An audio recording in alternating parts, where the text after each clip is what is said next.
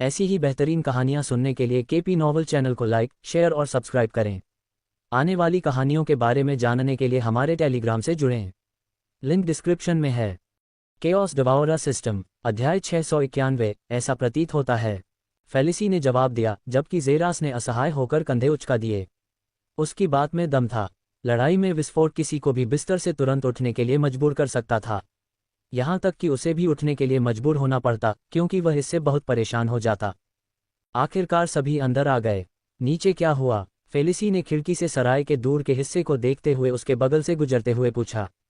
उसके सवाल पर जेरास अपनी 9 स्टार फिस्ट मैनुअल निकालने और उसे पढ़ना जारी रखने से पहले केवल थोड़ा गुनगुना सका। देखो जेरास, मैं कहना चाहता था कि मैंने उस समय जो कहा उसके लिए मुझे खेद है। तुम सच में सही हो। अपने पूरे जीवन में मैं यहाँ रहा हूँ, कई सालों तक कभी भी सीमा से बाहर नहीं निकला, लेकिन फिर भी मैं उस दिन का इंतज़ार कर रहा था जब मैं दुनिया में आऊँगा। मैंने इसके बारे में कई परिकल्पनाएं बनाई हैं, ये कैसा महसूस होगा या कैसा होगा, सभी मेरी अपनी दुनिया की परिकल्पनाओं से ली गई हैं। मैंने कभी नहीं सोचा था कि मैं गलत होऊंगा। जब तुमने उन लोगों को मारा तो यह मेरी इस परिकल्पना के खिलाफ गया कि दूसरी दुनिया के लोग कैसे व्यवहार करेंगे। मेरी स्वाभाविक प्रतिक्रिया उसके खिलाफ जाना था, इसलिए मैंने तुम्हें दोषी ठहराया। लेकिन अब मैंने इसे अच्छी तरह से देखा है। दूसरी दुनिया की दुनिया मेरी कल्पना से अलग हो सकती है। फेलिसी ने माफ़ी मांगी, फिर भी जेरास की अभिव्यक्ति एक बार भी किताब से नहीं हटी। तुम्हारे खून की बदबू आ रही है, और टक्कर तुम्हारे कमरे से बाहर निकलने के बाद ही शुरू हुई। फिर यह कम हो गई और बाहर के लोग आखिरकार वापस अंदर आ पाए। इसका मतलब है कि तुमने बाहर फंसे सभी लोगों के लिए लड़ाई लड़ी। एक राक्षस ऐसा नहीं करेगा। मुझे सच में खेद है। सो जाओ फेलिसी, कल हमें लंबी यात्रा करनी है, जेरास ने रूखेपन से जवाब दिया। फेलिसी ने सिर हिलाने और उसके पास से जाने से पहले कुछ देर तक चुपचाप उसे देखा। जैसे ही सूरज अस्त होने से पहले आकाश के केंद्र में चला गया, घंटों जल्दी बीत गए, जिससे धुंधले आकाश में एक उग्र नारंगी चमक फैल गई। जेरास ने धीरे धीरे अपना सिर उठाया और हल्की चरमराहट की आवाज़ सुनी। उसकी गर्दन की हड्डियां लंबे समय तक एक ही स्थिति में रहने से टूट रही थीं। थर्ड स्टार फिस्ट, जेरास ने चुपचाप अपने आप से कहा। उसका मस्तिष्क उसके दिमाग में रखी जानकारी को संसाधित कर रहा था। उसके शरीर में मौजूद मैना की कमी के कारण वह वास्तव में तकनीक को ठीक से समझ नहीं पाया। 9 स्टार फिस्ट मैनुअल का अभ्यास करने के लिए हजारों दोहराव और त्रुटियों के साथ वास्तविक प्रदर्शन की आवश्यकता होगी, इससे पहले कि कोई अंततः तकनीक को ठीक से समझ सके। लेकिन फिर भी वह मैनुअल को पढ़ने से तकनीक को थोड़ा बहुत समझ सकता था और उसके आधार पर तकनीक के निष्पादन के बारे में आसानी से सोच सकता था। फिर भी इसकी तुलना वास्तव में इसका अभ्यास करने से नहीं की जा सकती थी। अपने पीछे मुड़कर वह फेलिसी को गहरी नींद में सोता हुआ देख सकता था। उसके चारों ओर कागज के कई टुकड़े थे, जिनमें से कुछ पर अजीबोगरीब तस्वीरें थीं और कुछ पर रहस्यमयी नोट थे। वे सभी उसके चारों ओर फेंके गए थे, जिससे पता चलता था कि वह शायद बेहोश हो गई थी जबकि वह नोट पढ़ रही थी या लिख रही थी। धीरे धीरे उन्हें उठाते हुए जेरास ने सब कुछ वापस उसके बैग में रखने से पहले उन्हें ठीक से व्यवस्थित किया।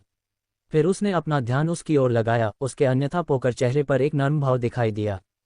सच कहा जाए तो दोनों के लक्ष्यों के संबंध में बहुत कुछ समान था। फेलिसी हालांकि डरपोक थी, लेकिन उसका दिल शेर जैसा था। एक ऐसी यात्रा पर निकलना जहां से उसके कोई भी लोग कभी वापस नहीं आए, सिर्फ अपने पिता की मौत के पीछे की सच्चाई जानने के लिए, ऐसा कुछ नहीं था जो बहुत से लोग कर सकते थे। लेकिन फिर भी इसने उसकी जिज्ञासा को भी जगाया। वह केवल ये समझ पाया था कि वह अपने पिता की मदद करना चाहती थी, जो वह हर रात लगातार बड़बड़ाती रहती थी। लेकिन वह वास्तव में निश्चित नहीं था। बाल्थेमोर ने उसके बारे में जो कहा था, उसके अनुसार उसके पिता को निस्संदेह मर जाना चाहिए था, तो वह अभी भी इतनी मेहनत क्यों कर रही थी? क्या यह एक अधूरे वंश मिशन का अनुसरण था, या वह खुद को ये भ्रम दे रही थी कि उसके पिता अभी भी टॉवर में हो सकते हैं, मरने से ज्यादा फंसे हुए? फिर भी उन दोनों में एक ही बात समान थी, अपने लक्ष्य पर अडिग रहने की क्षमता, चाहे वह कितना भी असंभव क्यों न लगे और चाहे दुनिया उन्हें रोकने की कितनी भी कोशिश क्यों न करे। हठपूर्वक आगे बढ़ते रहने की क्षमता, यही वह चीज़ थी जो उसे उसमें पसंद थी, और वह उसे उसके लक्ष्यों तक पहुंचने में मदद करने के लिए तैयार था। अचानक दूर से सुनहरी ऊर्जा की एक शक्तिशाली लहर उठी, जो सुनहरी खिड़की के शीशों से चमक रही थी। उसे अंदर ले जाने के बाद वह अपने पैरों पर खड़ा हुआ, खिड़की की ओर बढ़ा, और अब वह उसे देख सकता था। सुनहरी ऊर्जा का एक स्तंभ बादलों को चीरता हुआ शायद अंतरिक्ष में बहुत दूर तक पहुंच रहा था। वह शक्ति, जेरास ने खुद से सोचा। उसकी आंखें खतरनाक रूप से सिकुड़ गईं। वह शक्तिशाली हो सकता है, यहाँ तक कि एक लाखों में एक विलक्षण व्यक्ति भी हो सकता है, लेकिन इसका मतलब यह नहीं है कि वह मूर्ख है। वह महसूस कर सकता था कि ऐसी शक्ति उसे खत्म करने के लिए पर्याप्त थी। यह अमर पद से परे की शक्ति थी। चमकदार सुनहरी रोशनी इतनी शक्तिशाली थी कि ज़ेरास की तरह अनगिनत अन्य दुनिया के लोग छतों पर दिखाई देने लगे और वे सभी दूर की ओर मुड़ गए। ये शुरू हो रहा है। Assembling gods tower trial. वह वहाँ है, उन्होंने जोर से सोचा जब ज़ेरास प्रकाश की किरण की ओर मुड़ा, पाया कि यह तब तक खुद को आकार दे रहा था जब तक कि यह एक बड़े टॉवर का होलोग्राफ नहीं बन गया। भगवान के टॉवर को इकट्ठा करना, हो यह एकमात्र ऐसी जगह है जहां उसके जैसे किसी व्यक्ति के लिए जरूरी वस्तु रखी जा सकती है, ज़ेरास ने खुद से सोचा। उसकी आंखें एक खास रोशनी से चमक रही थीं। उसे उस प्राणी की ताकत पर विश्वास था जिसने खुद को उसका दूसरा बताया। वह बता सकता था कि उसके शब्दों में कुछ सच्चाई थी, क्योंकि ज़ेरास ने उसे किसी और से ज्यादा करीब महसूस किया जिसे उसने कभी देखा था। यह एक अजीब एहसास था, लगभग अपने जुड़वां भाई को देखने जैसा, फिर भी यह उससे कहीं ज्यादा गहरा था। कनेक्शन को नकारा नहीं जा सकता था। जल्द ही मैं सब कुछ जान जाऊंगा। जल्द ही। योजक चिन्ह। आसमान में होलोग्राफिक टॉवर की छवि लंबे समय तक जारी रही और कुछ अन्य दुनिया के लोग तुरंत उसकी ओर बढ़ते देखे जा सकते थे। जल्दी उठने वाले को ही कीड़ा मिलता है, हो। पीछे देखने पर उसे पता चला कि वह अभी भी गहरी नींद में सो रही थी। कल तो फिर अध्याय 692 ये शुरू होता है। 2 फेलिसी के होठों से एक जोरदार जम्हाई निकली, जिसकी उलझी हुई आंखें उस कमरे को देख रही थीं जिसमें वह थी। एक खास विचार उसके दिमाग में आया, जिससे वह तुरंत बिस्तर से ऊपर की ओर उछल पड़ी। अपना सिर एक तरफ घुमाते हुए उसने ज़ेरास को देखा जो दीवार के सहारे खड़ा था, अपनी हमेशा की तरह आलसी अभिव्यक्ति के साथ उस पर लेटा हुआ था। लेकिन इस बार उसके चेहरे पर मनोरंजन का एक संकेत देखा जा सकता था, क्योंकि वह उसे देख रहा था, या अधिक सटीक रूप से उसके होठों के किनारे जहां सूखी लार देखी जा सकती थी। तुम मुझे ऐसे क्यों देख रहे हो? क्या तुम सोते समय लार नहीं टपकाते? उसने अपनी शर्मिंदगी को छिपाने की कोशिश करते हुए पूछा। उसकी आंखें जल्द ही खिड़की से बाहर देखने लगीं और उसने अपनी भौहें आसमान की ओर सिकोड़ लीं। वह क्या है? ज़ेरास ने उत्सुकता से पूछा। फेलिसी ने अपना चेहरा वापस लाने से पहले कुछ देर बाहर देखा।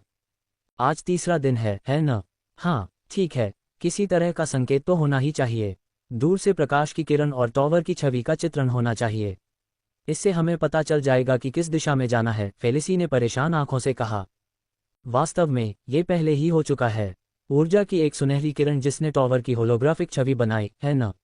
ये सूर्यास्त के बाद हुआ, तुम्हारे जागने से कुछ घंटे पहले तक, उसने उसे जवाब दिया, उसकी भौहें चिंता में सिकुड़ी हुई देखकर। लेकिन यह अजीब है, प्रकाश पूरे दिन के लिए नहीं जाता है और केवल दूसरी सुबह ही जाता है। यह इतनी जल्दी कैसे हो सकता है? सचमुच एक दिन के 1/4 से भी कम, उसने खुद से सोचा, लेकिन ज़ेरास ने तुरंत उसे रोक दिया। इतनी चिंता मत करो, मुझे तुम्हें दृश्य दिखाने दो, ज़ेरास ने सोचा और उसके माथे पर अपनी तर्जनी उंगली रखने से पहले उसकी ओर बढ़ा। तुरंत ज़ेरास की हथेली के सामने की जगह लहरा उठी, उसकी उंगली से एक सफ़ेद चमक निकलकर फेलिसी के माथे में प्रवेश कर गई। उसका शरीर कुछ देर के लिए अकड़ गया, मानो समय ही उसके चारों ओर रुक गया हो, लेकिन जल्द ही वह इससे बाहर आ गई और अपनी नारंगी आंखें एक बार फिर खोलीं। ये पूर्व दिशा से आया था। खैर, हम किसका इंतजार कर रहे हैं? चलो अभी चलते हैं। फेलिसी ने खुशी से चिल्लाते हुए अपने बैग की ओर तेजी से बढ़ते हुए जल्दी से अपनी ड्रेस को कुछ मोटा और फूला हुआ पहना। शायद थोड़ा ज्यादा फूला हुआ। दुनिया का पूर्वी हिस्सा बहुत ठंडा कहा जाता है, बर्फबारी और इतनी ठंड से भरा हुआ कि बड़े बड़े लोगों के लिए भी जीवित रहना मुश्किल हो जाता है। और चूंकि मेरे पास तुम्हारी तरह लोहे की त्वचा नहीं है, इसलिए मुझे अपना रास्ता खुद ही ढूंढना होगा, है न? फेलिसी ने थोड़ी सी बड़बड़ाहट के साथ समझाया, जबकि ज़ेरास ने बाहर निकलने से पहले कंधे उचकाए। मैं नीचे जाऊंगा, उसने दरवाजे से बाहर निकलने से पहले उससे कहा। ऐसी कई चीजें थीं जिनके लिए उसे ठीक से तैयारी करनी चाहिए थी, और उसके वहां होने से वह जल्दबाजी के कारण भाग सकती थी, अपना समय बर्बाद नहीं करना चाहती थी। ये केवल उसके जीवन और मिशन को खतरे में डालेगा। उसे जगह देना और उसे बिना दबाव डाले अपना काम अच्छे से करने देना बेहतर था। जब वह सीढ़ियों से नीचे उतर रहा था तो उसके पैरों के नीचे की लकड़ी की सीढ़ियां थोड़ी चरमरा रही थीं। आश्चर्य की बात नहीं, अब हॉल में एक भी व्यक्ति मौजूद नहीं था, हर कोई चला गया था। कुछ लोग रात भर चलते रहे जब टॉवर दिखाई दिया, और अन्य जो कभी नहीं चले वे केवल अपनी तैयारी करने का इंतजार कर रहे थे। अन्य दुनिया के लोगों के लिए अपनी आवश्यक तैयारी करने के लिए कुछ मिनट पहले से ही पर्याप्त थे, और तुरंत ही वे सभी अपनी यात्रा शुरू कर देते हैं। उनमें से कई लोग चले गए थे, प्रत्येक के पास कुछ विशेष आशा और मिशन था जिसे वे पूरा करना चाहते थे। लेकिन यह निश्चितता से अधिक था, उनमें से सभी के कभी नहीं पहुंचने की संभावना कम थी। कुछ लोग सड़कों पर ही खो गए, कभी टॉवर तक पहुंच भी नहीं पाए, और एक बड़ी राशि भयंकर प्रतिस्पर्धा में खो गई जो एक बार जब वे सभी टॉवर तक पहुंच गए तो उससे गुजरना पड़ा। टॉवर में निस्संदेह शक्तिशाली खजाने और कलाकृतियां हैं जो ज़ेरास ने सराय में रहने के दौरान अन्य दुनिया के लोगों से सुनी फुसफुसाहटों पर आधारित हैं। उसने उनके इस क्षेत्र में आने का उद्देश्य खोज लिया था, और ऐसा इसलिए कहा गया क्योंकि असेंबली टॉवर भगवान का परीक्षण उनके जैसे युवा विशेषज्ञों के लिए शीर्ष 10 सबसे पुरस्कृत और उल्लेखनीय टावरों में से एक था। और कल्टीवेशन यूनिवर्स में एक सार्वभौमिक सत्य था, सब कुछ एक प्रतियोगिता है। एक व्यक्ति जो चाहता है, दूसरे भी वही चाहते हैं, इसलिए उन्हें इसके लिए लड़ना पड़ता है, और वह वस्तु उन सभी में सबसे योग्य व्यक्ति के पास होती है। लेकिन उस योग्यता को साबित करने के लिए कितनी आत्माएं इसके लिए खो जाएंगी। ज़ेरास पहले से ही देख सकता था कि टॉवर में क्रूरता कैसी दिखेगी। इतने सारे आश्चर्यों के साथ, जैसे कि क्षेत्र द्वारा मन नियंत्रण को ओवरराइड करने में सक्षम होना, और कौन जानता है कि क्या अन्य शैतानी कलाएं हैं जो कि आविष्ट हैं। नींद में डूबे हुए प्रतिभाशाली लोग जो कभी दिन के उजाले में खुद को प्रकट नहीं करते हैं, उनका सारा ध्यान टॉवर की उपस्थिति पर केंद्रित है, जो कि उनके समय के लायक एकमात्र चीज है। उनमें से हर कोई पूरी तरह से लड़ेगा, जो वे सबसे अधिक चाहते हैं उसके लिए लड़ेगा। यदि टॉवर तक की यात्रा पहले से ही काफी कठिन थी, तो टॉवर के माध्यम से यात्रा निस्संदेह अनगिनत गुना कठिन होगी। मुझे बस अंगूठी चाहिए और मैं बाहर हूं, ज़ेरास ने खुद से पुष्टि की। उसे प्रतियोगिता में भाग लेने की कोई आवश्यकता नहीं दिखी। जब तक वह प्राप्त कर सकता था जो वह चाहता था, तब तक सब ठीक था। वह टॉवर में मौजूद सभी खजानों को नष्ट कर सकता था। लेकिन ज़ेरास ने सोचा था कि अंगूठी पाना आसान नहीं होगा। अगर उसका दूसरा स्व भी, जो अनगिनत गुना ज्यादा शक्तिशाली था, उसे चाहता है, तो वह केवल कल्पना ही कर सकता था कि कितने लोग इसे चाहेंगे। वह बस यही उम्मीद कर सकता था कि बाली बहुत मशहूर न हो। आखिरकार ये सिर्फ एक बाली थी, कौन बाली को देखेगा या उसे उपयोगी पाएगा। मैं खत्म हो गया। अध्याय 693। गलती। अनलॉक न करें। जल्दी से वैज्ञानिक और उनके युवा लैब हेल ने काम करना शुरू कर दिया। रसायनों की गंध और टेस्ट ट्यूबों की खनक, सीरम के आपस में मिल जाने के साथ साथ रसायनों में तेजी से रंग परिवर्तन की घटना ने कमरे में रोशनी का एक शो बनाया। जल्दी से 9 घंटे बीत गए। सूरज तेजी से पीछे हट रहा था, आसमान में चांदी के चांद की जगह ले रहा था। जल्दी ही प्रोफेसर सिग्नस ने अपने प्रयोग का एक चरण पूरा कर लिया। उनकी नज़र खिड़की पर गई, जहां उन्होंने देखा कि आसमान पहले से ही अंधेरा था। फिर वे हेल की ओर मुड़े, जिन्होंने अभी अभी टेस्ट ट्यूबों को धोना समाप्त किया था। ठीक है, चलो इसे यहीं खत्म करते हैं लड़के, कल तुम्हारी क्लास है, उन्होंने उससे कहा, जब हेल ने अपने हाथों को रुमाल से पोंछा, बाहर निकलने से पहले थोड़ा सा झुककर। लेकिन वह अचानक दरवाजे पर रुक गया। Professor Cygnus. ओह, क्या मैं ये सुनिश्चित कर सकता हूँ कि आज रात भी मुझ पर कोई हमला नहीं होगा? मैं उस क्षेत्र में अकेला हूँ, तुम्हें पता है, और मुझे डर है। तुम ठीक हो जाओगे बच्चे, अब जाओ, प्रोफेसर सिग्नस ने उसे विदा करते हुए कहा, और हेल केवल प्रयोगशाला से बाहर निकल सकता था। उम्मीद करता था कि वही बात फिर से न हो। वह जिस जगह पर रहता था वह एक मिनी एस्टेट की तरह था, और वह उसमें अकेला था। इससे वह बहुत सुनसान हो गया था। यही वजह है कि वे आसानी से उस पर हमला कर सकते थे। अगर वह छात्र छात्रावास के कमरे में रहता, जिसके अपने रक्षक होते, तो वहां की हलचल भरी गतिविधियों के कारण वहां कोई अवरोध खड़ा करना असंभव होता और हत्या करना असंभव होता। लेकिन फिर भी उसे कल जो सबक सिखाया गया था, उसके बाद भी उसे उस सुनसान जगह पर वापस जाना होगा। फिर भी उसके पास क्या विकल्प था? ऐसा नहीं था कि उसके पास रहने के लिए कोई अलग जगह थी, और वह अपनी पूरी रात संस्थान के इर्द गिर्द घूमते हुए या बाहर सोते हुए नहीं बिताता। इसलिए वह केवल अपने स्थान पर वापस जा सकता था। उम्मीद करता था कि यह आखिरी हत्या होगी जो उस पर भेजी जाएगी। सिस्टम इंटरफेस सक्रिय करें। बधाई हो, छिपी हुई खोज पूरी हुई। अपनी निश्चित मृत्यु से बचो सफलतापूर्वक पूरी हो गई है। पुरस्कार 1 जोड़ 5 लेवल अप कार्ड 2 5000 EXP 3 एक नई सांख्यिकी सुविधा अनलॉक की गई है। पुनर्जनन। सिस्टम इंटरफेस नाम हेल विंटलॉक। शीर्षक कोई नहीं। जाति उच्च आर्काना मानव खेती। प्रथम श्रेणी कोर साइबरनेटिक विशेषज्ञ। Middle magic apprentice realm. Level 16 EXP 6700 10,000। Host के पास 5 लेवल अप कार्ड हैं। क्या होस्ट लेवल अप करना चाहता है? हाँ, -1 लेवल अप कार्ड। होस्ट ने लेवल अप किया है। जोड़ 5 विशेषता पॉइंट प्राप्त किए। लेवल अप कार्ड बचे हैं 4। -1 लेवल अप कार्ड। होस्ट ने लेवल अप किया है। जोड़ 5 विशेषता पॉइंट प्राप्त किए। लेवल अप कार्ड बचे हैं 3। -1 लेवल अप कार्ड। होस्ट ने लेवल अप किया है। जोड़ 5 विशेषता पॉइंट प्राप्त किए। लेवल अप कार्ड बचे हैं 2। -1 लेवल अप कार्ड। होस्ट ने लेवल अप किया है। जोड़ 5 विशेषता पॉइंट प्राप्त किए। लेवल अप कार्ड बचे हैं 1। -1 लेवल अप कार्ड। होस्ट ने लेवल अप किया है। जोड़ 5 विशेषता पॉइंट प्राप्त किए। Level up card 0। होस्ट का नया स्तर 21। कुल विशेषता अंक 75। क्या होस्ट विशेषता अंक वितरित करना चाहता है? हाँ। विशेषताएं: ताकत 160, चपलता 160, धारणा 120, बुद्धिमत्ता 120, आकर्षण 29। विशेषता अंक 75। होस्ट विशेषता अंक कैसे वितरित करना चाहेगा? कल रात जो कुछ हुआ उसके बाद हेल का दिल उसके गले तक पहुंच गया और उसे पता था कि अब उसे जिस चीज की सबसे ज्यादा जरूरत है वह है ताकत और गति। कम से कम अभी के लिए, जब उसे पता था कि उसकी कभी भी हत्या हो सकती है। ऐसी स्थिति में उसे या तो ताकत की जरूरत होगी या फिर भाग जाना होगा। सबसे अच्छी बात यह थी कि वह अपनी ताकत को तेजी से बढ़ाए, और ऐसा करने का एक तरीका था अपने विशेषता अंकों का इस्तेमाल करना। हेल ने कहा, शक्ति में 40 गुण बिंदु जोड़ें, चपलता में 30 जोड़ें, आकर्षण में 1 जोड़ें और धारणा में 4 जोड़ें। उसने अपने आकर्षण में 1 बिंदु जोड़ने का विकल्प चुना था ताकि यह एक पूर्ण सम संख्या बन जाए और बाकी को उसकी धारणा में जोड़ा जा सके, जो कि उन कारणों में से एक था जिसके कारण वह हत्या का जल्दी पता लगा पाया। फिर भी, जबकि हेल सिस्टम की तत्काल प्रतिक्रिया की उम्मीद कर रहा था, उसे बिल्कुल भी कुछ महसूस नहीं हुआ। क्या हो रहा है? हेल सिस्टम की ओर मुड़ने से खुद को रोक नहीं सका। उसे चिंता थी कि वह अब गुण बिंदुओं में अंक नहीं डाल सकता। ये दर्दनाक होगा, अपने आप को तैयार करो, सिस्टम ने कहा, और अगले ही पल हेल के दोनों घुटने जेली की तरह कमजोर महसूस हुए। वह अचानक सिर के बल जमीन पर गिर पड़ा, उसका शरीर तेजी से ऐंठने लगा। उसकी त्वचा से हरी नसें बाहर निकल आईं, जो छोटे सांपों की तरह नीचे की ओर छटपटा रही थीं। कभी कभी कोई उन्हें सुनहरी रोशनी से जगमगाता हुआ देख सकता था जो उनके माध्यम से चमकती थी, जिससे नसों का आकार थोड़ा बड़ा हो जाता था। हेल को अपेक्षित दर्द महसूस नहीं हुआ। इसके बजाय उसके बाद एक तीव्र सुन्नता की भावना हुई और उसे अपने शरीर को तेजी से गायब होते हुए महसूस करने की क्षमता हुई, जैसे कि उसे जबरदस्ती से उससे छीन लिया गया हो। फिर भी ये भावना लंबे समय तक नहीं रही, लगभग आधे मिनट के बाद गायब हो गई। एक बार फिर उसे अपनी इंद्रियों को वापस आते हुए महसूस हुआ। खुद को ऊपर धकेलने के लिए अपने हाथों को जमीन पर रखते हुए टाइल के टूटने की आवाज सुनाई दी। जब हेल ने अपनी भौं उठाई, फिर उसने धीरे से अपने हाथ की ओर देखा और देखा कि टाइल जमीन पर एक मकड़ी का जाला है। क्या बकवास है, हेल ने सोचा, लेकिन अविश्वास में उसने अपना बायां हाथ जमीन पर रखा और खुद को ऊपर धकेलने की कोशिश की, लेकिन उसके हाथों के नीचे की जमीन तुरंत टूट गई क्योंकि हेल ने खुद को जोर से ऊपर उठाया।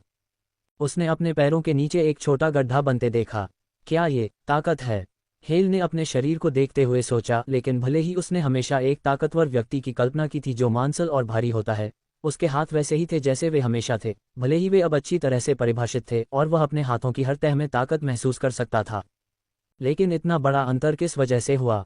यह आपके आंकड़ों में ठीक 200 अंक तक पहुंचने के कारण है। वे स्तर ऐसे क्षेत्र हैं जहां तत्काल ताकत देखी जा सकती है। अभी आपकी ताकत उस जॉन आदमी को 2 भागों में फाड़ने में सक्षम होनी चाहिए और कैप्टन से मेल खाना चाहिए, भले ही वह अपनी पूरी ताकत लगा दे।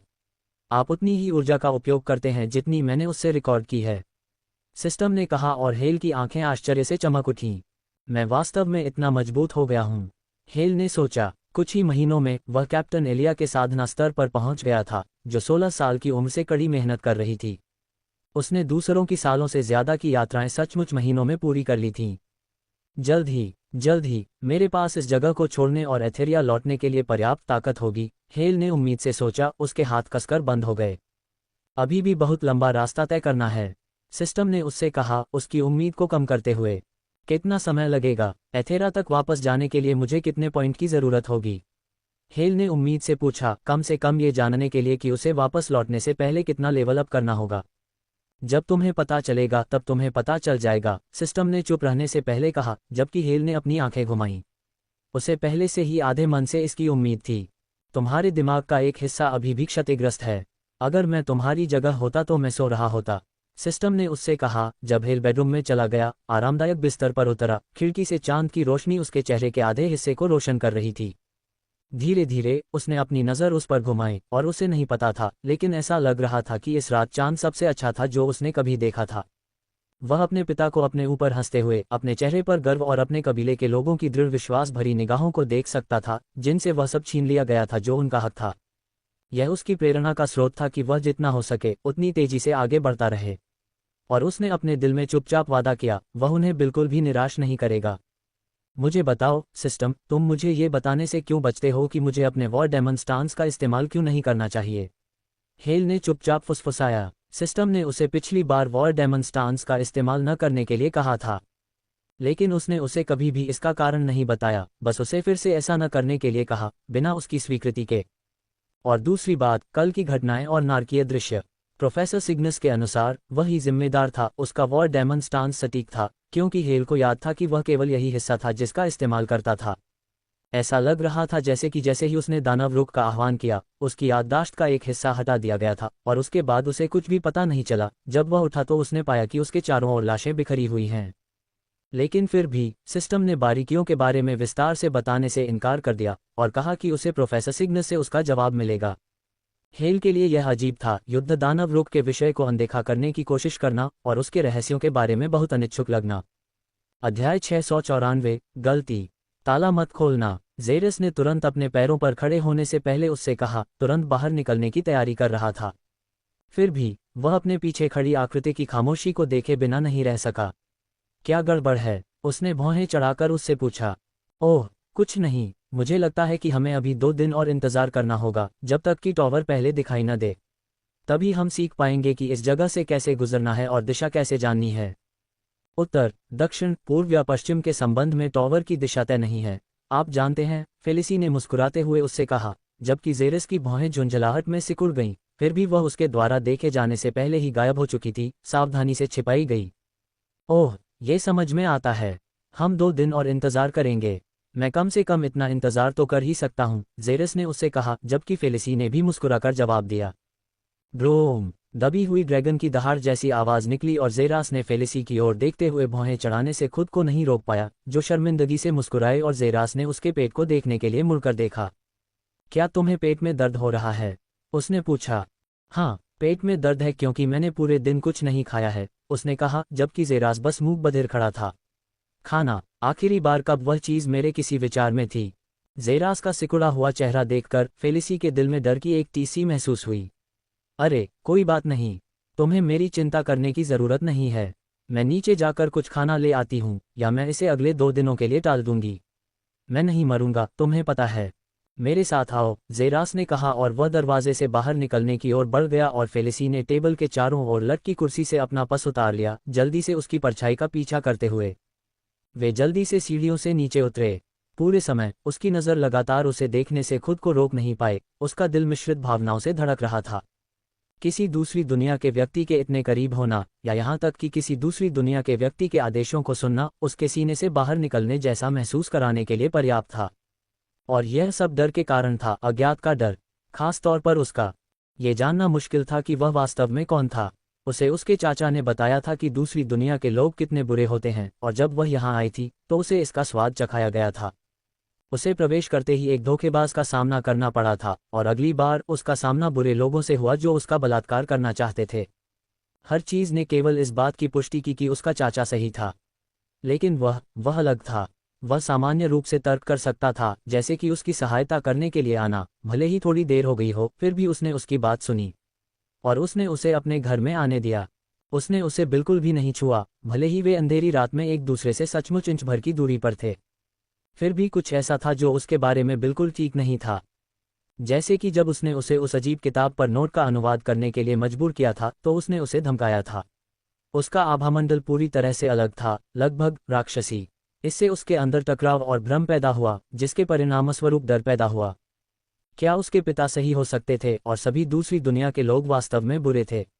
क्या उसने सिर्फ इसलिए परवाह दिखाई क्योंकि वह अपने लक्ष्य को पूरा करने के लिए उसका इस्तेमाल करना चाहता था? चुप रहो, फेलिसी, इससे कोई फर्क नहीं पड़ता कि वह शैतान है या नहीं। यह आपसी सहमति से किया जाने वाला मामला है। मुझे बस अपनी आंखों से भगवान के टॉवर को देखने की जरूरत है, और कहानी सुनाने के लिए जिंदा वापस लौटने में भी सक्षम होना है। आखिरकार वे दोनों जंग लगी लकड़ी की सीढ़ियों को पार करने में सक्षम हुए और एक बार फिर बाहर आ गए। उस जगह का बड़ा दरवाजा खोलते ही फेलिसी ने गहरी सांस ली और अपने सामने का दृश्य देखा। बर्फ पर खून के धब्बे, बेहोश लाशें, और जमीन पर पड़े कटे हुए शरीर के अंगों को देखकर उसका चेहरा डर से पीला पड़ गया। ये मैडन है। मेरे पीछे आओ, ठंडी आवाज उसके कानों में गूंजी। जब वह आखिरकार जाग गई, उसके पीछे हत्ते कदम रुक गए, और वह जहां थी वहीं जड़वत खड़ी हो गई, एक भी कदम नहीं चल पाए, और इसके कारण वह भी रुक गया।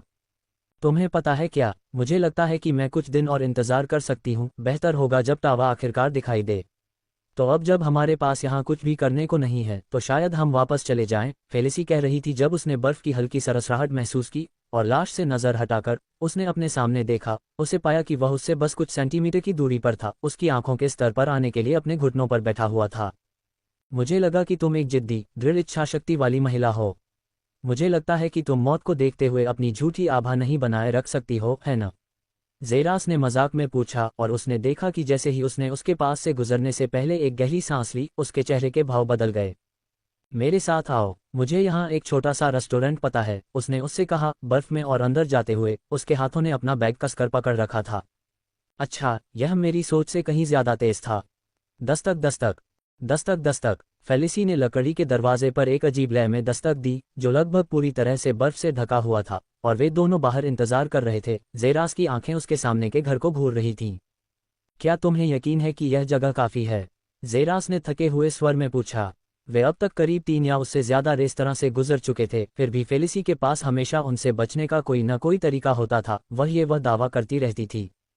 हालांकि ज़ेरास ने उनमें जो एकमात्र चीज़ देखी वह ये थी कि उनमें से ज्यादातर में दूसरी दुनिया के लोग थे। यही एकमात्र चीज़ थी जिसके बारे में वह अनुमान लगा सकता था कि वह चिंतित थी। दरवाजे के टकराने की आवाज़ आई और अचानक एक सिर दरवाजे से बाहर निकला, एक बूढ़ी औरत जिसने अपने चेहरे पर चश्मा पहना हुआ था। आह! फेलिसी को देखते हुए उसके मुंह से आश्चर्य की हल्की सी आवाज़ सुनाई दी। फेलिसी, उसने चौंक कर पूछा, जबकि फेलिसी ने हल्की सी मुस्कान छिपाए। सब कुछ कैसा चल रहा है मिसेज डम्बलुनन? धीरे धीरे महिला ने अपनी नज़रें उससे हटाईं, फिर ज़ेरास को देखने के लिए वापस लौटी। उसने ज़ेरास को देखते हुए एक संदिग्ध नज़र से थोड़ा गुनगुनाया। उसकी आंखें विशेष रूप से सबसे स्वागत करने वाली नहीं थीं। ओह, चिंता मत करो मिसेज डम्बलुनन, वह एक दोस्त है। बस मुझ पर भरोसा करो, ठीक है?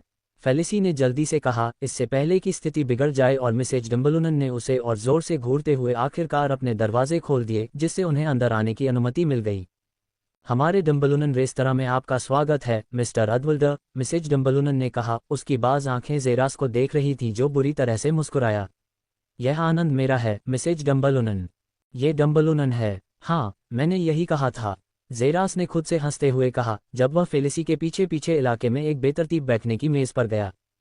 कुछ हद तक बंजर लग रहा है, ज़ेरास ने कमरे की ओर देखते हुए पूछा, जो मंद रोशनी में था और ऐसा लग रहा था कि वहां कोई काम नहीं हो रहा है। फिर भी सभी कुर्सियां चमचमाती हुई साफ थीं, जिससे पता चलता था कि इसे अभी तक छोड़ा नहीं गया है। ये बस ऐसा ही लगता है, लेकिन इस जगह को डम्बलुनन रेस्तरां के नाम से जाना जाता है। इस जगह का सबसे बेहतरीन रेस्तरां, जहां हमारे सैकड़ों हजार लोग एक दिन में आते हैं। लेकिन श्रीमती डम्बलुनन बहुत सुरक्षित महिला हैं। वे दूसरी दुनिया के लोगों के आने से ठीक पहले अपना व्यवसाय बंद कर देती हैं और उनके जाने के बाद फिर से खोल देती हैं। अब हर कोई यह जानता है। खैर, दूसरी दुनिया के लोगों को छोड़कर, फेलिसी ने उससे कहा, और ज़ेरास ने बस कंधे उचका दिए। अगर यह बंद है तो हम यहाँ क्यों हैं? इसकी चिंता मत करो, उसके दिल में मेरी खास जगह है। वह मेरी मदद करेगी, तुम बस यहाँ सीट पर बैठो, ठीक है? उसने कहा, जल्दी से भागने से पहले। उसकी नज़र कभी कभी उसकी ओर मुड़ जाती थी, उसके चेहरे पर एक अनिश्चित मुस्कान थी, फिर वह जल्दी से गायब हो गई। छी, जैसे मुझे भी परवाह है। मुझे बस भगवान के टॉवर तक जाना है, उस बाली को वापस लेना है और तुरंत अपनी अन्य तैयारियां शुरू करनी है। और मैं उसे पाने के लिए कुछ भी करूंगा। ज़ेरास ने अपने दिमाग में सोचा। उसकी उंगली धीरे से मेज पर टैप कर रही थी। समय उसके लिए अजीब तरह से बहुत धीरे धीरे चल रहा था। फिर भी वह अच्छी तरह से जानता था कि इस काम में जल्दबाजी करना या अधीर होना कोई अच्छा काम नहीं करेगा। उसे अपने और अपने लगभग निराशाजनक भविष्य के लिए हर असुविधा को सहना था। फेलिसी, मिसेज डम्बलुनन ने उस पर चिल्लाते हुए कहा, जब फेलिसी के हाथ उसकी हथेलियों से रगड़ रहे थे। उसके चेहरे पर एक खोई हुई मुस्कान थी। हाँ, तुम अपने चाचा की अवज्ञा कैसे कर सकते हो? और तुम उस जघन्य शैतान को दोस्त कहने की हिम्मत कैसे कर सकते हो? तुम्हारे दिमाग में क्या चल रहा है? मुझे बताओ, क्या वह वही है जिसने तुम्हारे सिर पर वार किया है, या उसने तुम पर उनके निषिद्ध अभिशापों में से एक डाला है? मुझे बताओ, और मैं सुनिश्चित करूंगी कि वह यहाँ से कभी जीवित न जाए। मिसेज डम्बलुनन ने गुस्से में कहा, लेकिन फेलिसी ने उनके हाथ पकड़ लिए। नहीं नहीं नहीं, ऐसा नहीं है मिसेज डम्बलुनन, मैं कसम खाता हूँ। तुम्हें पता है कि अगर मैं दुनिया में हर किसी से झूठ भी बोलूं तो भी तुम हमेशा अपवाद ही रहोगे, है न? हाँ, मैं जानता हूँ। अब मुझे सब कुछ बताओ कि कैसे तुमने किसी असंभव तरीके से अपने चाचा की स्वीकृति प्राप्त की, और कैसे एक दूसरी दुनिया का व्यक्ति अब तुम्हारा मित्र बन गया। अध्याय 695, यात्रा शुरू होती है। जब जेरास उसकी ओर मुड़ा तो फेलिसी की उत्साहित आवाज़ उसके पीछे से गूंजी। उसने देखा कि वह अपने हाथों में पकड़े बड़े बैग को नीचे खींचने के लिए संघर्ष कर रही थी। वह अपने सिर को हिलाए बिना नहीं रह सका, उसे नीचे लाने के लिए संघर्ष करते हुए देख रहा था, भले ही उसने इसे सहज दिखाने की पूरी कोशिश की हो। तुम्हें पता है कि तुम बस पूछ सकती हो, है ना? बस इतना ही काफ़ी है, क्या तुम मेरी इसमें मदद कर सकती हो कृपया? जेरास ने उससे कहा। फेलिसी ने राहत की सांस ली, ये देखते हुए कि जेरास के स्पर्श पर बैग हवा में गायब हो गया। धन्यवाद, उसने कहा। जेरास ने असहाय रूप से कंधे उचकाए और फिर फेलिसी भी सराय से बाहर निकल गई। सराय से बाहर निकलते समय वहां एकदम सन्नाटा और शांति थी, केवल बर्फ की बारिश की आवाज़ थी जो चुपचाप जमीन पर गिर रही थी। इसमें कोई संदेह नहीं है कि सभी अन्य दुनिया के लोग पहले ही टॉवर के लिए निकल चुके थे, जिससे ये जगह किसी तरह के परित्यक्त कब्रिस्तान की तरह लग रही थी। तो आगे कहाँ जाना है? जेरास ने पूछा, जब फेलिसी ने अपना हाथ अपने कार्डिगन में डाला और विभिन्न प्रतीकों और रेखाओं वाला एक नोट निकाला। जब वह पूर्व की ओर मुड़ी, जहां टॉवर दिखाई दिया था, तो उसकी आंखें चमक उठीं। ये साल थोड़ा भाग्यशाली साल है। हम बस उसी ओर जा रहे हैं। रास्ते में चुनौतियां किसी भी अन्य दिशा की तुलना में कम हैं। चलो चलें, उसने आगे बढ़कर कहा। जल्दी से वे दोनों आगे बढ़ गए, बर्फ में पैरों के निशान बनाते हुए। जेरास और फेलिसी दोनों के साथ यात्रा में कई घंटे तेजी से बीत गए, और सौभाग्य से या दुर्भाग्य से उन्हें रास्ते में कोई खतरा नहीं मिला। वे सुबह से ही बस्ती से गुजरे थे और दोपहर में बर्फ में दबे एक जंगल में पहुंच गए थे। आखिरकार वे बर्फ के जंगल से गुजर गए, और जेरास को जो चौंकाने वाला आश्चर्य हुआ वह बर्फ के क्षेत्र के बाहर का क्षेत्र था। यह एक पहाड़ था, पहाड़ों की एक बहुत बड़ी श्रृंखला जो दूर तक फैली हुई थी, जिसमें विभिन्न पहाड़ एक दूसरे को पार करते हुए पूरे क्षेत्र में फैले हुए थे। लिंक्स को देखते हुए जेरास आसानी से परख सकता था कि अगर किसी को इस पहाड़ी रास्ते से गुजरना पड़े तो वह सही रास्ता खो सकता है, भले ही उसके पास नक्शा हो। यह इतना जटिल था। हम यहाँ हैं। पौराणिक पर्वतीय पथ श्रृंखलाएं, फेलिसी ने अपने हाथों में रखी छोटी सी किताब से पढ़ते हुए कहा, जबकि जेरास ने एक भौं उठाए। क्या आपके पास इसका रिकॉर्ड है? आपको ये कैसे मिला? मैं आपको नहीं बताऊंगी, फेलिसी ने कहा और नक्शा वापस अपनी जेब में रख लिया। जेरास ने बस अपनी आंखें घुमाईं, उसमें उसकी दिलचस्पी जल्दी ही खत्म हो गई। वैसे भी अब अंधेरा हो चुका है, और रात के अंधेरे में इस पहाड़ को पार करना किसी के लिए भी बड़ी गलती होगी जो ऐसा करने की हिम्मत करेगा। यहाँ रुकने और सूर्योदय की प्रतीक्षा करने के बारे में आप क्या कहते हैं? फेलिसी ने जेरास की आंखों में रोशनी चमकने पर उससे पूछा। वास्तव में अगर वे आगे बढ़ते रहते तो उसे अच्छा लगता। सुबह या रात से उसे कोई फर्क नहीं पड़ता था। रुकने से उन लोगों को और भी ज्यादा फायदा होगा जो उनसे पहले रास्ते पर चल रहे थे। ये बिल्कुल भी अच्छी बात नहीं थी। लेकिन फेलिसी ने जो कहा उसके अनुसार आपस में जुड़े रास्ते किसी के लिए भी नेविगेट करना मुश्किल साबित होंगे, यहाँ तक कि एक साधक के लिए भी। इसमें कोई शक नहीं कि फेलिसी के लिए यह और भी मुश्किल होगा, जो नेविगेशन के लिए जिम्मेदार थी और जिसने यात्रा के दौरान साबित कर दिया था कि उसकी बहुत ज़रूरत है। ठीक है, हम सुबह होने तक इंतजार करेंगे, जेरास ने मुस्कुराते हुए कहा, जिससे फेलिसी ने राहत की सांस ली। वह एक अच्छी इंसान नहीं थी, और ठंडी रात में नेविगेट करने से शायद वह गिरकर मर सकती थी। रुकना ही सबसे अच्छी चीज़ थी जो वह अभी चाह सकती थी, और उसे अभी अभी यह मिल गया था। ठीक है, तो मैं आग के लिए कुछ लकड़ी लाने की कोशिश करूंगी। मुझे लगता है कि रात और भी ठंडी हो जाएगी, उसने कहा, वापस जाने की तैयारी करते हुए। जब उसका हाथ धीरे से पकड़ा गया तो उसे रुकना पड़ा।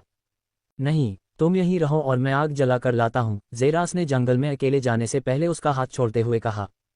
मुझे पूरा यकीन है कि मैं आसानी से लकड़ी इकट्ठा कर सकती हूँ। मैं अपनी पूरी जिंदगी यही करती रही हूँ। मुझे शक है कि तुम्हें इसका बिल्कुल भी अनुभव है, फेलिसी ने जोर दिया, और जेरास ने अपना सिर हिलाया, असहाय होकर कंधे उचकाए और फिर तेजी से जंगल में गायब हो गया। जंगल में घुसते ही उसके दिमाग में एक ही विचार गूंज रहा था। अगर तुमने अंदर घुसने की हिम्मत की तो तुम वापस नहीं आओगे। धमाका। एक विशाल बाघ जैसा जानवर बेजान होकर पेड़ से नीचे गिरता हुआ एक शरीर के जमीन पर गिरने की आवाज गूंजी। उसके सिर के बीच में एक बहुत बड़ा छेद था जिससे इलाके का दूसरा हिस्सा दिखाई दे रहा था। ठीक से देखने के लिए मुड़ने पर कोई भी व्यक्ति उस जगह के चारों ओर 100 से ज्यादा ऐसे जीवों को देख सकता था, जिनमें से हर एक ने किसी जादुई तरीके से उनके शरीर से नीचे गिरकर उनमें से हर एक से जीवन छीन लिया था। नरसंहार के दृश्य के केंद्र में कोई और नहीं बल्कि जेरस था, जिसके फेफड़ों और नाक से ठंडी सफेद हवा निकल रही थी। उसकी गंदी सांसों को छोड़कर पूरा इलाका खामोश था, लेकिन अगले ही पल हल्की सरसराहट सुनाई दे सकती थी, क्योंकि जेरस अगले ही पल जहां खड़ा था वहां से गायब हो गया। शरीर के किसी अंग के फटने की आवाज गूंजी, जैसे सफेद बर्फ पर काले खून के धब्बे बरस रहे हों। उसके बाद एक रूह कंपा देने वाली चीख सुनाई दी। एक पेड़ की चोटी पर जेरास खड़ा था, लेकिन इस बार वह अकेला नहीं था। उसकी मजबूत पकड़ में एक अजीबोगरीब इंसान जैसा एलियन था, जिसका शरीर दुबला पतला पीला और दुमदार था।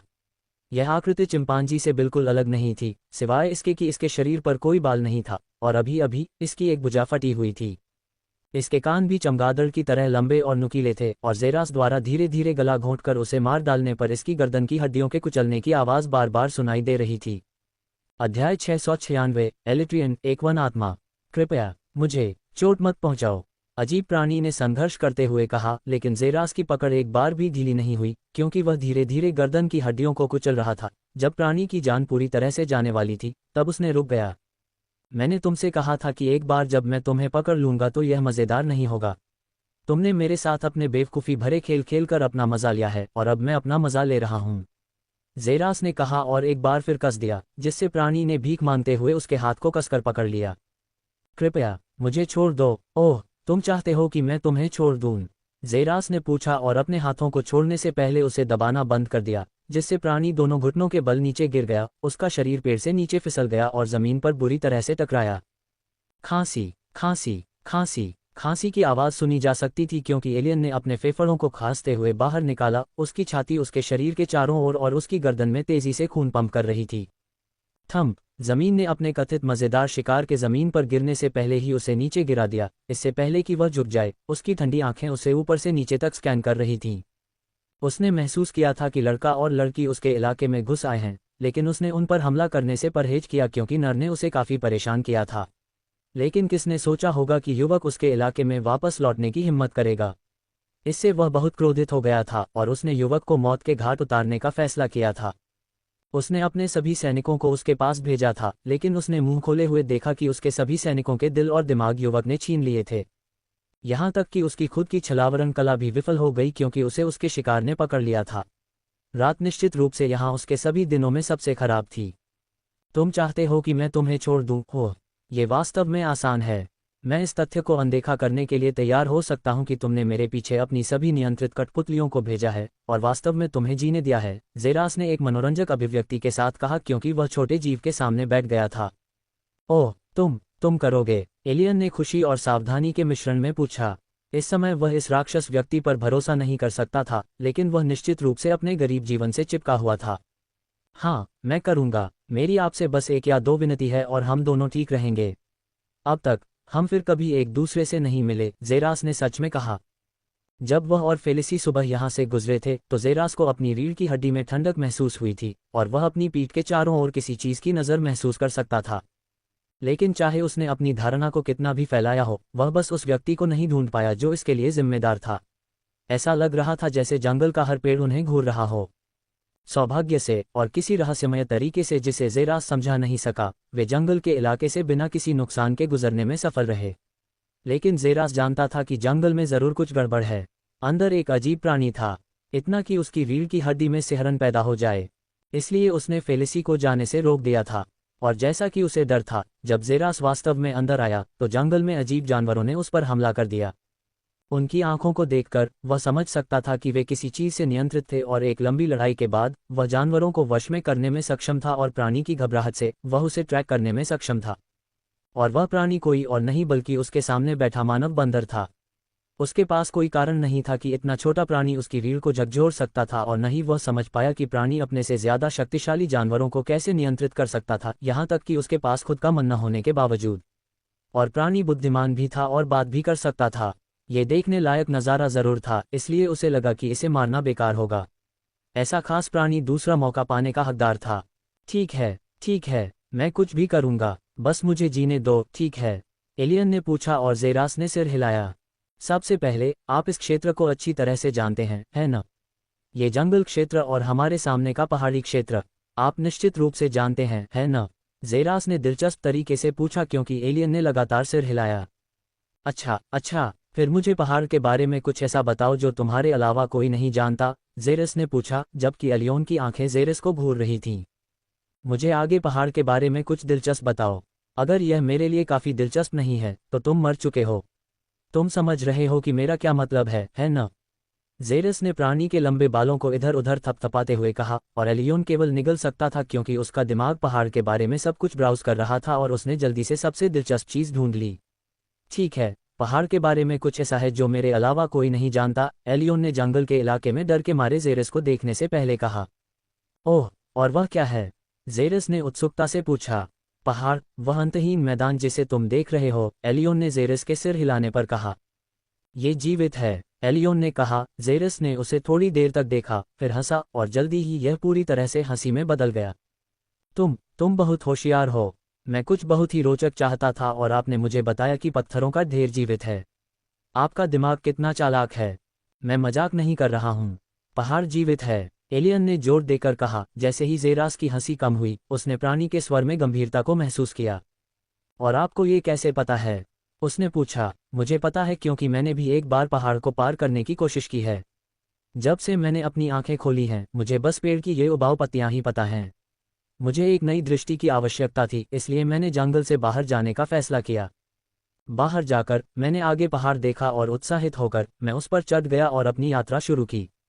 लेकिन एक रात मैंने एक भयावह दृश्य देखा। अध्याय 697 एलिट्रियन का सबसे बड़ा डर, क्षतिपूर्ति अध्याय। और वह कौन सा दृश्य था?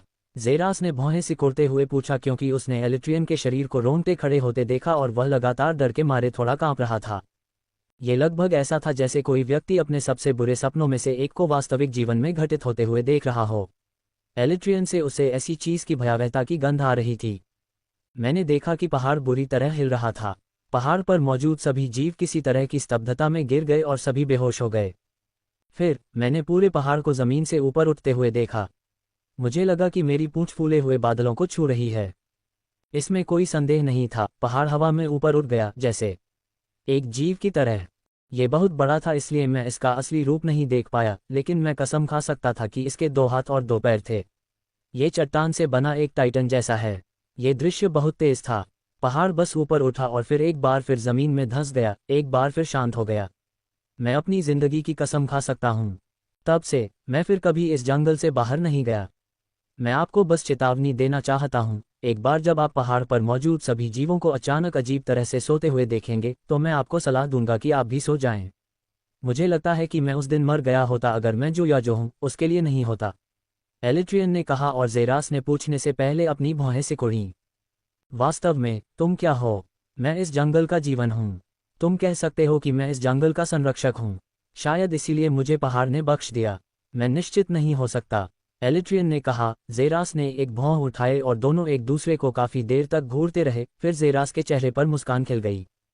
ठीक है, तुम सफल हो गए, उसने कहा, जिसके परिणामस्वरूप प्राणी ने राहत की सांस ली।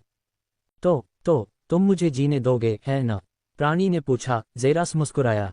मैं करूंगा, अगर तुम मेरे दूसरे अनुरोध का अच्छी तरह से जवाब दो, जेरास ने कहा। एलिट्रियन ने अपने कान खड़े कर लिए। मुझे बताओ कि तुम इन प्राणियों के दिमाग पर कैसे कब्जा कर सकते हो, जेरास ने कहा, जबकि एलिट्रियन की आंखें इस तरह के अपमानजनक प्रश्न पर आश्चर्य और अविश्वास से चमक उठीं। मैं तुम्हें यह नहीं बता सकता, एलिट्रियन ने दहाड़ते हुए जेरास के बालों को हवा में उड़ाया और जेरास ने एक सरल मुस्कान के साथ उत्तर दिया। ये वास्तव में ठीक है। मुझे लगता है कि तब तुम मर जाओगे, उसने कहा और उसका हाथ तुरंत एलिट्रियन की गर्दन की ओर बढ़ा और एक बार फिर से उसे दबाना शुरू कर दिया। इस बार जेरास ने तुरंत उसे मारने की कोशिश की, लेकिन जब उसने महसूस किया कि कोई वस्तु उसके पैर पर गिर गई है, तो उसकी कठोर पकड़ कुछ समय के लिए रुक गई। उस वस्तु की ओर मुड़ते हुए जेरास को एक ग्रिमोयर मिला। थंप, एलिट्रियन बर्फ पर गिर गया और एक बार फिर खांसने लगा। जैसे ही जेरास ने किताब उठाई और उसमें लिखी सामग्री देखी, एक पल के लिए उसकी आंखें चौंक गईं और तुरंत किताब गायब हो गई और उसने उसे अपने स्टोरेज रिंग में रख लिया। मैंने तुम्हें वह दे दिया है जो तुम चाहते हो, तो तुम मुझे जीने दोगे, है न? एलिट्रियन ने डरते हुए पूछा, क्योंकि उसने जेरास को उसे ऊपर से नीचे तक देखते हुए देखा, फिर धीरे धीरे उसके पास पहुंचा। मुझे पता था कि वह मुझे कभी नहीं छोड़ेगा, एलिट्रियन ने अपने दिमाग में सोचा और अपनी आंखें बंद कर लीं, खुद को अपनी किस्मत के हवाले कर दिया। लेकिन वह अपनी आंखें खोलने से खुद को रोक नहीं सका, क्योंकि उसे कोई नुकसान नहीं हुआ था। अपनी आंखें खोलने पर उसने देखा कि कोई नहीं था। पीछे मुड़कर उसने देखा कि युवक धीरे धीरे पहाड़ की दिशा में गायब हो गया, किनारे पर एक सूखे पेड़ को उखाड़कर आगे बढ़ गया। तुम भाग्यशाली हो कि तुमने सच बोला, शैतान। तुम अपने दूसरे मौके के हकदार हो, इसे अच्छे से जियो। उसकी आवाज़ दूर से गूंजी और एलिट्रियन का जबड़ा जमीन पर गिर गया। उसकी आंखें सदमे में चमक उठीं। उसने सच में मुझे जीने दिया। कदम कदम कदम। फेलिसी के पैरों की आवाज़ गूंजी और उसकी नज़र उस दिशा की ओर गई जहां से आवाज़ आ रही थी। उसकी धड़कन थोड़ी बढ़ गई। जब उसे पता चला कि यह कोई और नहीं बल्कि ज़ेरास था तो उसने राहत की सांस ली। तुम कहाँ थे? तुमने 1 घंटे से ज़्यादा समय बिताया, फेलिसी ने गुस्से और राहत दोनों में कहा। उसे ज़ेरास के अचानक चले जाने से कोई संदेह नहीं था। क्या होगा अगर वह कभी वापस न लौटे? वह अपनी यात्रा कैसे जारी रखेगी? इसमें कोई संदेह नहीं था कि वह अकेले सभी खतरों को झेलने में असमर्थ होगी। अंत में उसके पास घर वापस लौटने के अलावा कोई विकल्प नहीं होगा। तब पिछले दिनों की उसकी सारी मेहनत बेकार हो जाएगी। वह इस रास्ते पर जितनी गहराई से जाती उतना ही उसे एहसास होता कि उसका जीवन उसके जीवित रहने पर कितना निर्भर करता है। ये कुछ ऐसा था जिससे वह नफरत करती थी, लेकिन दुर्भाग्य से इसमें उसकी कोई भूमिका नहीं थी। यही कारण था कि उसे एक बार फिर देखकर गुस्सा और राहत दोनों महसूस हुई। बस कुछ मुद्दों का ख्याल रख रहा हूँ, ज़ेरास ने कंधे उचकाते हुए जवाब दिया और अपने साथ लाई लकड़ियां इकट्ठी की और जल्दी से उन्हें जलाया। तुरंत आग की लपटों से जगह में गर्मी लौट आई, जिसे फेलिसी ने बहुत सराहा और उसने अपने हाथ आग पर फैलाए। उसका शरीर लगातार कांप रहा था। मैंने कभी नहीं सोचा था कि मैं इस आरामदायक छोटी नर्तकी के बिना इतने लंबे समय तक जीवित रह पाऊंगी, फेलिसी ने धीरे धीरे जलती लपटों को देखकर खुशी से कहा, जिसके परिणामस्वरूप ज़ेरास की हंसी फूट पड़ी। अगर आप कभी अपने शरीर को यह निर्धारित करने के लिए परीक्षण में डालेंगे कि यह कितना मजबूत है तो आपको आश्चर्य होगा, उसने जवाब दिया और फेलिसी ने सिर हिलाया। ज़ेरास ने उसका बैग उसे लौटा दिया और उसे अपनी ज़रूरत की चीज़ें चुनने दी, जिनमें ज़्यादातर खाना और पानी था। बैग का 70% हिस्सा इन्हीं चीज़ों से भरा था, बाकी 30% उसके नोट्स और कपड़े थे। तुम्हें भूख लगी है? फेलिसी ने ज़ेरास को कुछ खाने की चीज़ें देते हुए पूछा, जिसे उसने लेने से मना कर दिया। दूसरी दुनिया के लोग कभी भूखे नहीं रह सकते। तुम इसे अपनी दूसरी दुनिया के लोगों की सूची से हटा सकती हो। ज़ेरास ने फेलिसी के हंसने पर उसे जवाब दिया। तो दूसरी दुनिया के लोग कैसे जीते हैं? उसने ज़ेरास से पूछा, जब वह आग की लपटों के पास लेट गया। वे मैना पर जीते हैं। वे अपनी ताकत बढ़ाने के लिए ऊर्जा को अवशोषित करते हैं। अब तक उनके पास यह है, वे अच्छे हैं, ज़ेरास ने उसे जवाब दिया। फेलिसी ने सिर हिलाया, जल्दी से एक नोटबुक और पेन निकाला और उसे भी नोट कर लिया। वास्तव में मेरे जैसे दूसरी दुनिया के लोग एक और चीज़ पर जीते हैं। क्या तुम जानती हो? ज़ेरास ने फेलिसी की ओर देखते हुए पूछा। उसके दिमाग में एक शरारती योजना चल रही थी। ओह, और वह क्या है? अध्याय 698 दग्रमोर क्षतिपूर्ति अध्याय 2। फेलिसी ने दिलचस्प तरीके से पूछा। जब ज़ेरास ने धीरे से अपना सिर उसकी ओर घुमाया, उसके चेहरे पर एक दुष्ट मुस्कान दिखाई दी। हम भी खून पर जीते हैं। एक महिला का खून, ज़ेरास ने पुकारा, जबकि फेलिसी की हृदय गति अनियंत्रित रूप से बढ़ गई। उसके हाथ नीचे की ओर गिर गए, उसके विचार रुक गए। हा, ये वास्तव में बहुत मज़ेदार है, फेलिसी ने घबराते हुए कहा, लेकिन उसने ज़ेरास की मुस्कान को और भी चौड़ा होते देखा। क्या ये सच है? उसने कहा। जब फेलिसी का पेन उसके हाथों से गिर गया, उसकी छाती उसकी पसलियों से बाहर निकलने ही वाली थी, तभी अचानक ज़ेरास जोर से हंसा। उसने अपना सिर उससे दूर कर लिया। तुम सच में इसके झांसे में आ गई। तुम्हें अपना चेहरा देखना चाहिए था, ये बहुत ही महाकाव्य था, ज़ेरास ने मजाक किया, जबकि फेलिसी ने भी उस पर जोर से हंसने से पहले उसका मजाक उड़ाया। इसने मुझे सच में डरा दिया। लेकिन क्या ये सच है कि दूसरी दुनिया के लोग सच में खून पीते हैं? फेलिसी ने पूछा, जबकि ज़ेरास ने अपना सिर हिलाया। नहीं, हम खून नहीं पीते, कम से कम मैंने तो कभी नहीं खाया। लेकिन अन्य दुनिया के लोगों को एक ही दायरे में नहीं रखा जा सकता। कुछ अन्य दुनिया के लोग जानवर हैं, जैसे सराय के वे बेवकूफ़ पहरेदार। मैं उन्हें भालू कहूँगा, सिवाय इसके कि उनमें चेतना होती है और वे खेती कर सकते हैं। कुछ अन्य दुनिया के लोग जानवर हैं, उनमें से ज़्यादातर जानवर हैं, और उन्हें कच्चा इंसान खाना परेशान करने वाला नहीं लगेगा, ठीक वैसे ही जैसे बाघ को कच्चा मांस खाना असामान्य नहीं लगेगा। उनमें से कुछ एलियन हैं जो बस अजीब हैं, और कुछ सबसे भयानक हैं। हमें अन्य दुनिया के लोगों में वर्गीकृत करना लगभग असंभव है। बहुत सारे रूप हैं, मेरे जैसे लोग बहुत दुर्लभ हैं। एक मानव अन्य दुनिया के लोगों को ढूंढना आसान नहीं है, कम से कम उतना आसान नहीं जितना कि आप एक एलियन या जानवर जैसे अन्य दुनिया के लोगों को ढूंढ सकते हैं, ज़ेरास ने उसे समझाया। और सच में, बहुत कम ऐसे कल्टीवेटर थे जो वास्तव में इंसान थे। अधिकांश मानव जैसे एलियन और विभिन्न जातियां हैं जो बस मनुष्यों के साथ एक या दो चीज़ें साझा करती हैं। जो लोग उसके जैसे शुद्ध मनुष्य के रूप में शुरू हुए थे, वे बहुत दुर्लभ थे क्योंकि उनकी क्षमता सीमित थी। एथरिस्टन और अन्य विश्व नेताओं जैसे लोग मौजूद हैं, लेकिन क्या उनमें से कोई वास्तव में ऊपरी क्षेत्रों में आ सकता है?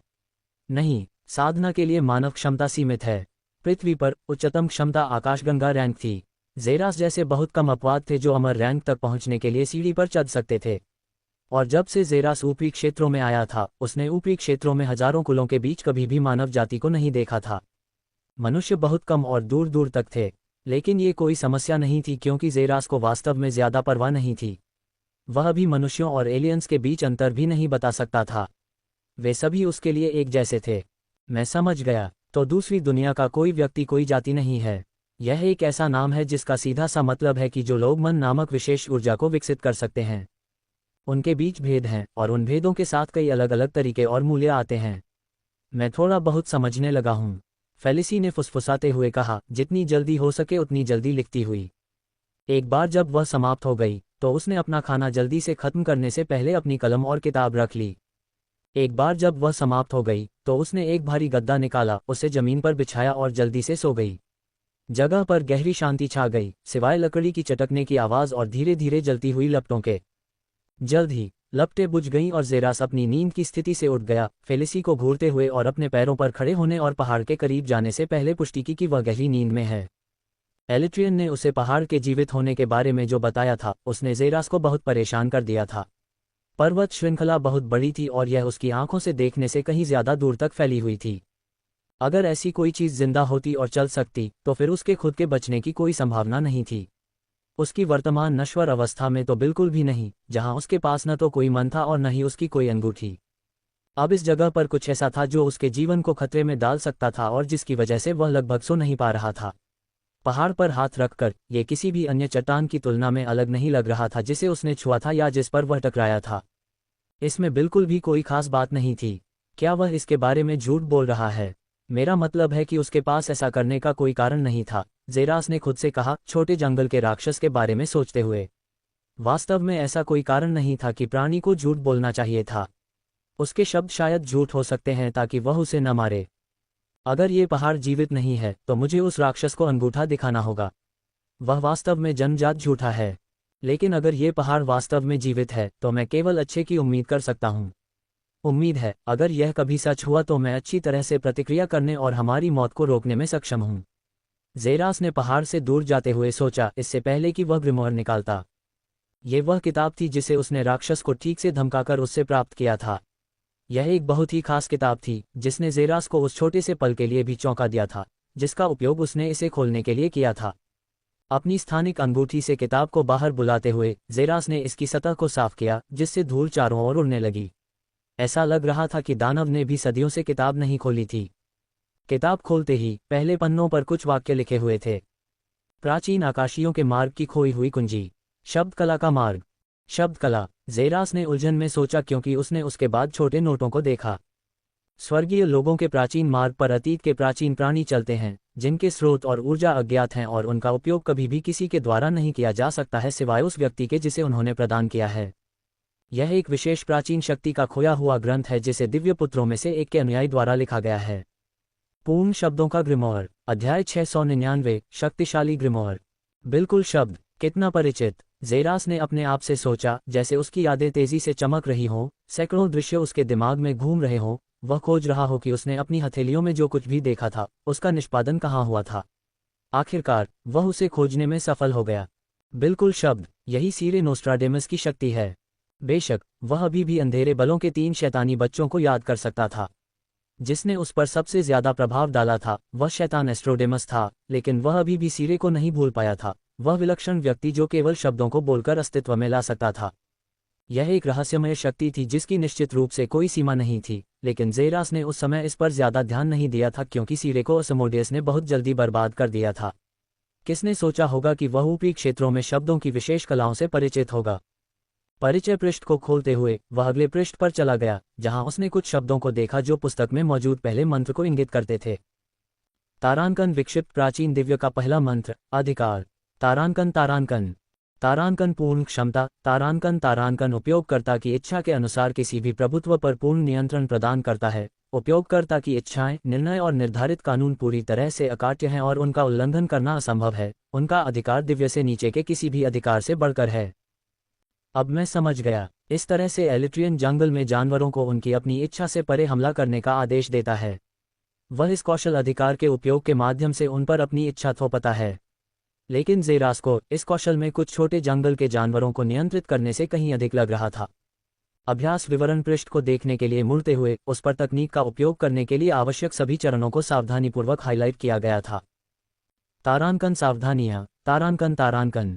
1। इस तकनीक का अभ्यास करने के लिए किसी को विक्षिप्त दिव्य के रूनों का एक निशान चाहिए और वह भगवान के टॉवर की 12वीं मंजिल के भीतर पाया जा सकता है। 2। जो व्यक्ति विक्षिप्त दिव्य की शक्ति का उपयोग करना चाहता है उसके पास दुनिया से भी अधिक कठोर दिमाग होना चाहिए। तकनीक का अभ्यास करने के लिए आपको विक्षिप्त दिव्य की अपनी दिव्य शक्ति को मध्यवर्ती स्तर तक बढ़ाना होगा। 3। जब ये सारी प्रक्रिया पूरी हो जाएगी तो मंत्र पुस्तक के दूसरे पृष्ठ पर दिखाई देगा और उपयोगकर्ता के पास कौशल प्राधिकरण का उपयोग करने की शक्ति होगी। अरे, किसी ऐसी चीज के लिए इतने सारे प्रतिबंध जो शायद इसके लायक भी न हो, ज़ेरास ने संदेह भरी आंखों से सोचा, फिर भी उसका दिमाग लगातार उस तकनीक के लिए जरूरी हर चीज की गणना कर रहा था। पहली आवश्यकता सबसे जरूरी थी, उसे भगवान के टॉवर की 12वीं मंजिल पर जाना था और विक्षिप्त दिव्य के रूनों तक पहुंचना था। जो भी हो, कम से कम उसे पता था कि एक बार वहां पहुंचने पर उसे जवाब मिल जाएगा। फिर उसे अपनी दिव्य शक्ति, जो शायद सेलेस्टियल रून द्वारा प्राप्त की गई थी, को मध्यवर्ती स्तर तक बढ़ाने की आवश्यकता थी। ये कुछ ऐसा होगा जिसका उत्तर उसे तब मिलेगा जब वह पहली आवश्यकता को प्राप्त करने का प्रयास करेगा। और तीसरी आवश्यकता सबसे सरल लेकिन सबसे कठिन थी, उसे अंततः तकनीक का उपयोग करने से पहले पहली और दूसरी आवश्यकताओं को पूरा करना होगा। मुझे आश्चर्य है कि एलिट्रियन तकनीक का उपयोग कैसे करता है। मुझे मत बताओ कि वह उन सभी प्रक्रियाओं से गुजरा है, ज़ेरास ने भौहें सिकुड़ते हुए कहा। इससे पहले कि वह हार मान ले, उसने उबाऊ ढंग से कंधे उचकाए और ग्रिमोयर को वापस अपने स्टोरेज रिंग में फेंक दिया। अगर 12वां टॉवर मेरे रास्ते में आता है जब मैं यह रिंग प्राप्त करता हूं, तो मैं इसे देखने के लिए शाखा में जा सकता हूं। लेकिन अगर यह वहां नहीं है तो मुझे लगता है कि मैं आगे बढ़ूंगा और अपने रास्ते पर जाऊंगा। उसने अपनी पीठ के बल गिरने और एक अस्थायी नींद में प्रवेश करने से पहले खुद से पुष्टि की, अपने मस्तिष्क को कल होने वाली घटनाओं के लिए आराम दिया। मुझे बताओ एस्ट्रोन, क्या तुम भाग गए हो और नरक भालू के पहरेदारों को छोड़ दिया है? यह आवाज़ समुद्र की कोमल रोशनी की तरह शांत थी, लेकिन घने अंधेरे में एक राक्षस के शब्द की तरह भयावह थी, जो पत्थर की दीवारों के माध्यम से गूंज रही थी, जहां टिमटिमाती नारंगी लपटों वाले विभिन्न लैंप लटके हुए थे, और दूर से देखने पर कोई और नहीं बल्कि एक अतिरिक्त लंबा व्यक्ति ऑब्सीडियन काले सिंहासन पर शांति से बैठा था। उसका पूरा गाउन सफ़ेद था और उसकी त्वचा उतनी ही पीली थी जितनी की रंग वर्णन कर सकता था।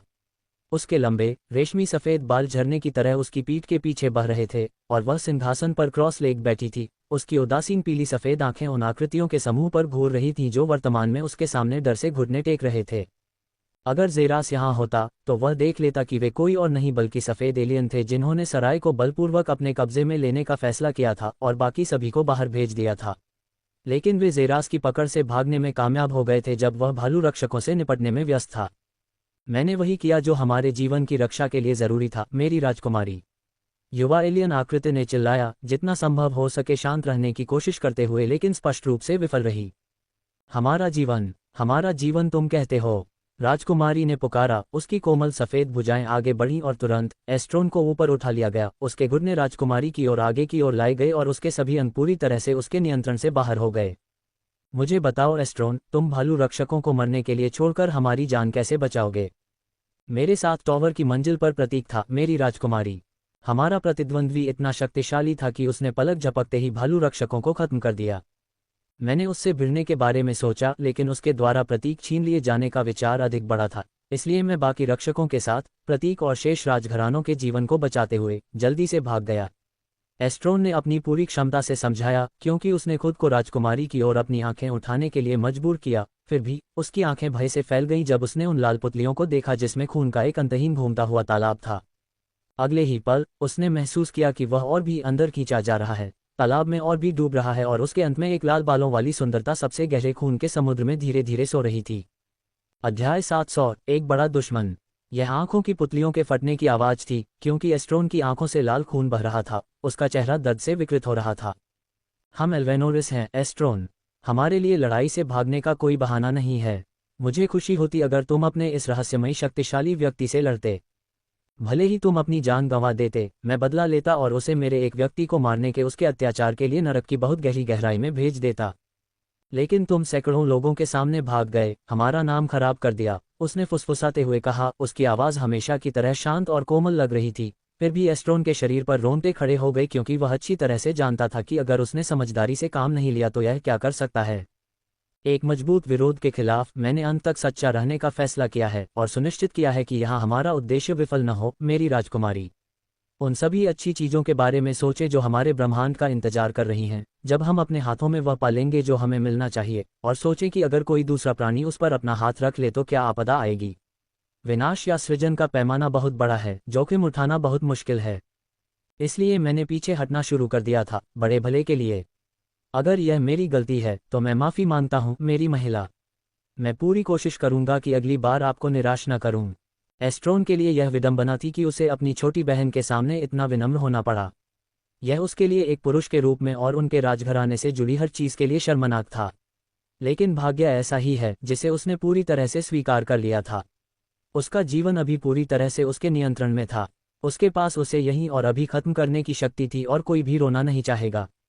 सबसे बड़ी सजा जो उसे मिलेगी वह उसके हाथों पर एक कोमल थपकी होगी, और वास्तव में कुछ भी नहीं अगर वह हासिल कर लेती जिसके लिए उन्हें यहाँ भेजा गया था। ये सब उसकी आत्मा में छिपी हुई बातों के कारण था। ये सब उसके भीतर के उस ईश्वर की वजह से था।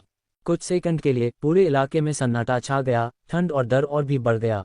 फिर अचानक पूरे कमरे में ठंडी हवा बहने लगी और एस्ट्रोन को लगा कि उस पर से बल गायब हो गया है, जिसके परिणामस्वरूप वह सीधे अपने चेहरे पर गिर गया।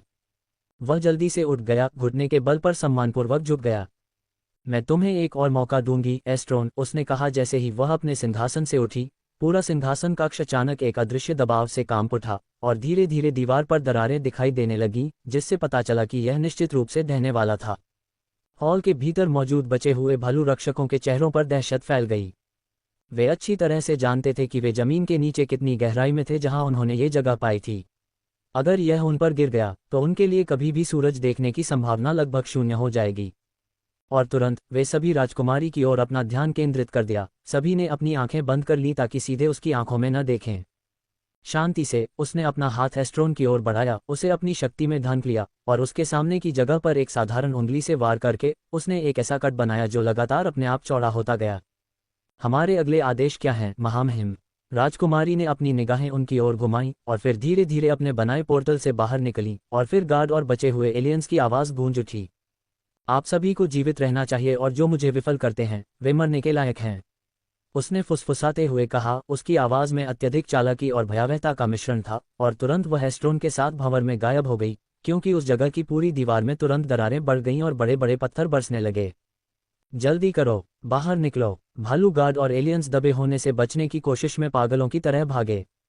दुर्भाग्य से वे बहुत देर से पहुंचे, क्योंकि एक अतिरिक्त विशाल चट्टान ने उनके बाहर निकलने के एकमात्र रास्ते को अवरुद्ध कर दिया, जिससे वे सभी फिसलकर रुक गए और फिर बची हुई दीवार उन पर गिर गई। खून हवा में फैल गया, जो जल्द ही धूल और मलबे से ढक गया और पूरा इलाका घने अंधेरे में तब्दील हो गया। ये क्यों? एस्ट्रोन ने प्रवेश द्वार को ढहते हुए देखा। वह घुटनों के बल गिर पड़ा और उसने देखा कि सब कुछ दफन हो गया है, यह अच्छी तरह से जानते हुए कि इस मिशन में उसके लिए जो कुछ भी प्रिय था वह सब अस्तित्व से मिट चुका था। सभी बचे हुए पहरेदार और अन्य एल्वेनोरिस जिन्हें उनके पिता ने उनकी यात्रा में मदद करने के लिए भेजा था, वे सभी एक प्राचीन भूमिगत स्थान के मलबे के नीचे दबे हुए थे, जिसे किसी और ने नहीं बल्कि उसकी अपनी बहन ने नष्ट किया था। ऐसा लगता है कि हम ठीक समय पर बाहर निकल आए थे।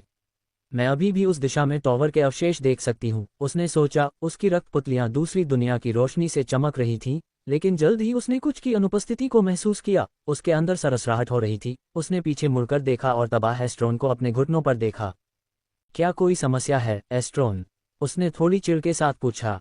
वह स्थिति एक ऐसी थी जो तीव्र कमजोरी को प्रकट करती थी, कुछ ऐसा जिससे उसे अपने जीवन में सबसे ज्यादा चिढ़ थी। कुछ नहीं मेरी राजकुमारी, एस्ट्रोन ने अपने दिल में दर्द को दबाते हुए कहा, जैसा कि वह हमेशा करता था। मैं बस ये जानना चाहता हूं कि तुमने उन सभी को खत्म करने का फैसला क्यों किया? उसने उत्सुकता से पूछा, क्योंकि उसने उसे अपने कंधे उचकाते हुए देखा। मैंने उनसे कहा था कि अगर वे जीवित नहीं रह पाए तो उन्हें मौत का इनाम मिलेगा, और अब वे सभी मर चुके हैं। मैं अपनी बात पर कायम रही, और तुम मुझसे पूछ रहे हो कि वे क्यों मर गए? उसने उससे पूछा, जबकि एस्ट्रोन ने आज्ञाकारिता में अपना सिर झुका लिया। मेरी अज्ञानता को क्षमा करें मेरी रानी। क्षमा किया। अब जल्दी से हमें तुरंत टॉवर की ओर दौड़ना चाहिए, नहीं तो हम अन्य सच्ची दिव्य जातियों से आगे निकल जाएंगे, और शायद हमें वहां तुम्हारा यह मजबूत विरोधी मिल जाए। मैं देखना चाहती हूं कि वह वास्तव में कितना मजबूत है, उसने सोचा। उसकी आवाज़ में स्पष्ट उपहास था जिसका एस्ट्रोन खंडन नहीं कर सका। सच में उसके दिमाग में कुछ पेंच ढीले हो सकते हैं, लेकिन उसकी ताकत पर संदेह नहीं किया जा सकता। उसके जैसे कुछ लोगों को छोड़कर कोई नहीं, और वह निश्चित रूप से उनमें से नहीं था। वे दोनों जल्दी ही आकाश में तैर गए, उन महान नियमों को धता बताते हुए जो उड़ान को रोकते थे, और जल्दी ही दोनों तेजी से दूरी में उड़ गए।